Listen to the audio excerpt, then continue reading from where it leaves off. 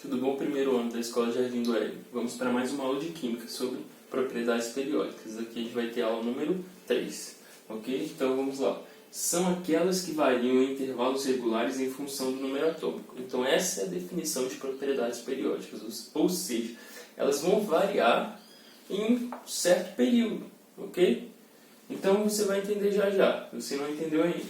Vamos lá, vou falar do raio atômico. Raio atômico é uma propriedade periódica, ok? O que é o raio atômico? É a distância entre o núcleo e a camada mais externa da eletrosfera do meu átomo, ok? Então cada átomo vai ter o quê? O seu raio atômico, certo? Aqui eu tenho cátion, átomo neutro e ânion. Aqui é um detalhe muito importante que vai aparecer no raio atômico, ok? Nessa característica. Eu tenho que o quê? Os cátions, ele tem raio menor, ok? Do que o átomo neutro, que menor do que o ânion. Mas por que isso? O que é o cátion? O cátion é o átomo carregado positivamente. Quando ele perde o elétron, ele se torna um íon. Se esse íon for positivo, ele é chamado de cátion. Então, se eu tenho mais cargas positivas do que negativas, o meu núcleo ele vai puxar mais fortemente os elétrons. Ou seja, eu tenho aqui meu átomo neutro, se eu tiro o elétron, vou ter menos elétron e o meu núcleo no meio vai conseguir puxar. Então, o meu raio vai diminuir, certo? A mesmo acontece com o ânion. Se eu tenho um elétron a mais, ok, 2 elétrons a mais no meu átomo, o que acontece? O raio vai aumentar. Por quê? Porque o meu núcleo já não consegue atrair tão fortemente esses elétrons, certo? Além do mais, esse elétron que foi adicionado pode ir para uma camada mais externa, então aumentando mais ainda o meu raio, ok?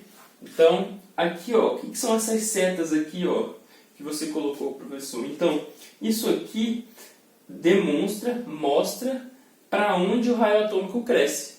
Então, se eu tenho uma tabela periódica, você imagine uma tabela periódica na sua cabeça e pense assim, ó, o raio atômico ele vai da onde? Ele vai crescer da minha direita para a minha esquerda e de cima para baixo. Então, no canto inferior esquerdo vai estar concentrado ali o que?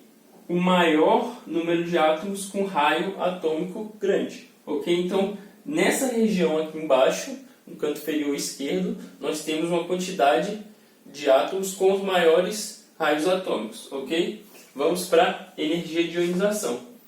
Energia de ionização é a energia mínima para retirar um elétron de um átomo gasoso e em seu estado fundamental. Então, eu tenho que estar no meu estado gasoso. Outra coisa, ele precisa estar isolado, certo? Então, você precisa isolar esse átomo para poder calcular essa energia, ok? Vamos lá. Retirar um elétron, então tem que ser da última camada, ok? Que é a camada mais fácil de eu poder retirar esse elétron, certo?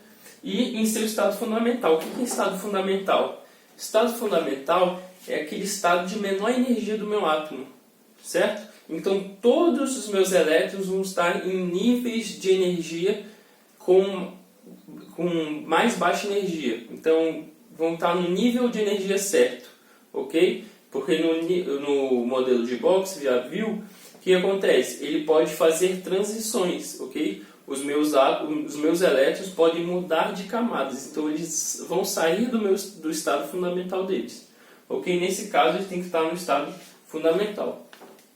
Olha aqui, ó, o crescimento deles. Eles crescem da esquerda para a direita e de baixo para cima, certo? Eletronegatividade é a capacidade do átomo de atrair elétrons para si.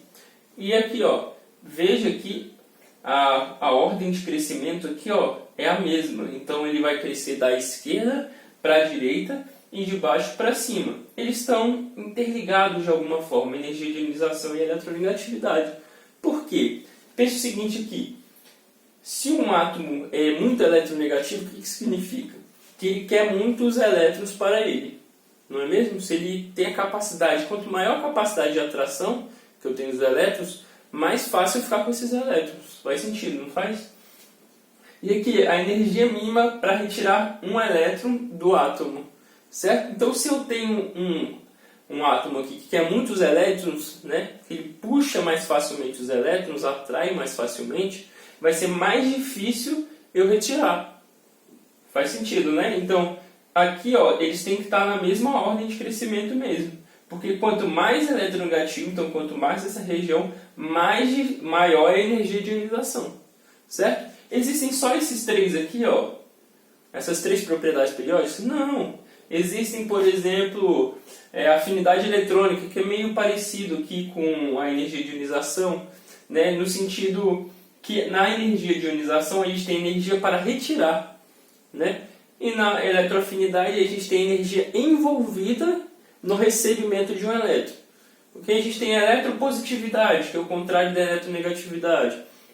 Mas eu coloquei somente esses três aqui, ó, porque esses aqui eu considero os mais importantes para a sua prova no vestibular, Enem, que você for fazer, ok? Esses aqui tendem a cair mais, certo? Então eu julguei os três mais importantes para você dar uma atenção maior, ok? Então por essa aula é isso, muito obrigado, até mais.